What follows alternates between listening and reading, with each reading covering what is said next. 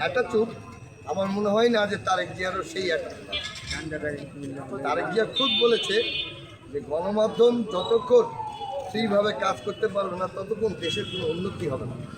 এটা আপনিও জানেন, আমিও জানি, আরও লোক জানে।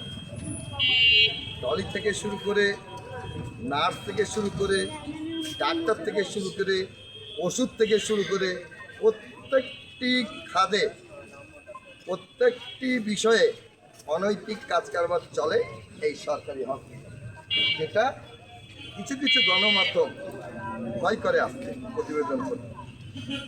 দুঃখজনক বিষয়। আর আমরা যেহেতু পারমেন্ট নাই, ওনারা যদি খালি সাইনবোর্ড দিয়ে দিত কিংবা একটা লিখাই দিয়ে দিত, এত কিছু লেখা আছে, একটা কথা লিখতে কি বাঁধবে তাদের? বাঁধবে না। জার্নালিস্ট কিংবা সাংবাদিক হসপিটালে প্রবেশ করতে পারবে না, এই কথাটুকু যদি লিখে দিত আমরা আক্রমণ করতাম না দর্শকদের।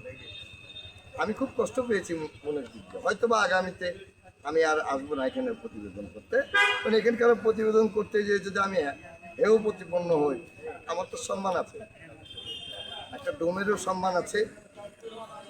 আর এখানে তো আমার প্রশ্ন আসে, আমি তো ডাস্টবিন থেকে আসিনি, আমি জার্নালিস্ট বিভাগের ছাত্র ছিলাম, ইউনিভার্সিটি। আমি জানি, না জেনে তো কথা বলবো না।